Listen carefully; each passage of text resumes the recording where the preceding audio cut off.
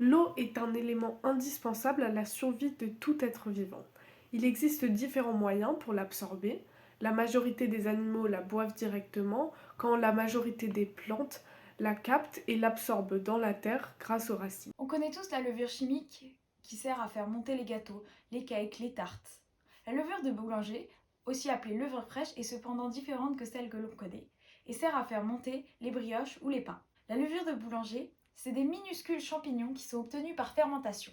Cette levure vivante est un micro-organisme qui va transformer les sucres en dioxyde de carbone et ainsi faire gonfler la pâte. Nous avons constaté qu'il est possible de déshydrater la levure vivante composée de micro-organismes, c'est-à-dire d'enlever une partie de l'eau qu'elle contient. Cela signifie que la levure vivante est capable de survivre jusqu'à un certain seuil de déshydratation.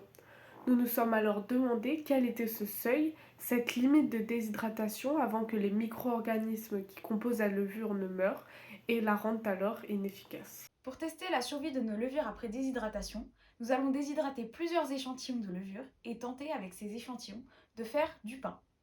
Le but de la levure fraîche étant de faire monter la pâte, nous allons voir jusqu'à quel niveau de déshydratation nos levures déshydratées vont faire gonfler la pâte. Nous allons en tout réaliser 13 pains avec un témoin où la levure sera normale, donc pas déshydratée. On découpe tout d'abord 13 fois 4 g de levure fraîche à l'aide d'un couteau et d'une balance. On va placer un échantillon de levure dans un four à 125 degrés pendant 10 minutes, un autre pendant 20 minutes et un dernier pendant 30 minutes.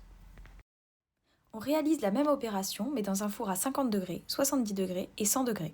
On a donc 12 échantillons plus un témoin, donc 13 en tout. Pendant que les échantillons de levure chauffent, on mesure 6 centilitres d'eau et 100 g de farine, toujours à l'aide d'une balance. Après avoir sorti la levure du four, on effectue la recette suivante pour réaliser du pain. Prenons l'exemple de la levure chauffée dans un four à 125 degrés pendant 10 minutes. Battre la levure avec les 6 centilitres d'eau dans un bol jusqu'à qu'elle soit dissoute. Ajouter à la farine le mélange de levure-eau et pétrir jusqu'à obtenir une boule homogène.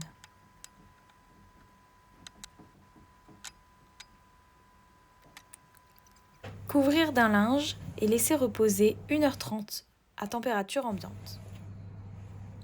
On réalise donc ce même mode opératoire 13 fois pour tous les échantillons de levure. Après le temps de repos, on enfourne toutes les pâtes 25 minutes à 230 degrés. On remarque qu'après le temps de repos et la cuisson, notre pain témoin a bien monté. Il a doublé de volume et la mie à l'intérieur est aérée. Pour la levure qu'on avait chauffée à 50 degrés, tous les pains sont comme le témoin, c'est-à-dire que la pâte a monté et que la mie est aérée. On remarque que pour la levure chauffée dans un four à 75 degrés, la pâte a monté quand la levure est restée 10 et 20 minutes dans le four, mais pas quand elle y est restée 30 minutes. Pour le cas de la levure chauffée dans un four à 100 degrés, la pâte a légèrement monté quand la levure y est restée 10 minutes, mais pas du tout quand elle est restée 20 et 30 minutes.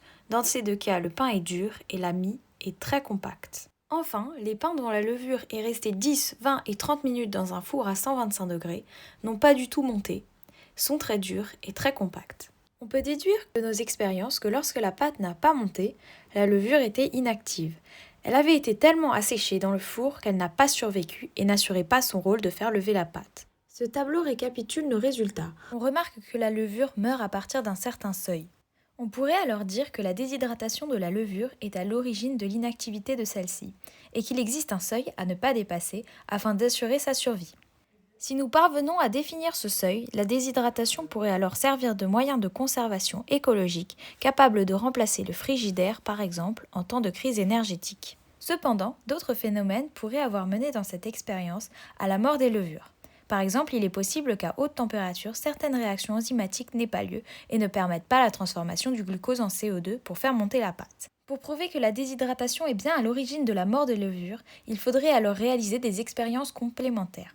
On pourrait mesurer l'évolution de la déshydratation en pesant les différents cubes de levure afin de constater la part d'eau qui se serait évaporée, ou réaliser des mesures sur les températures plus basses pendant une plus longue durée afin de vérifier que la température ne soit pas à l'origine de l'inactivité des levures.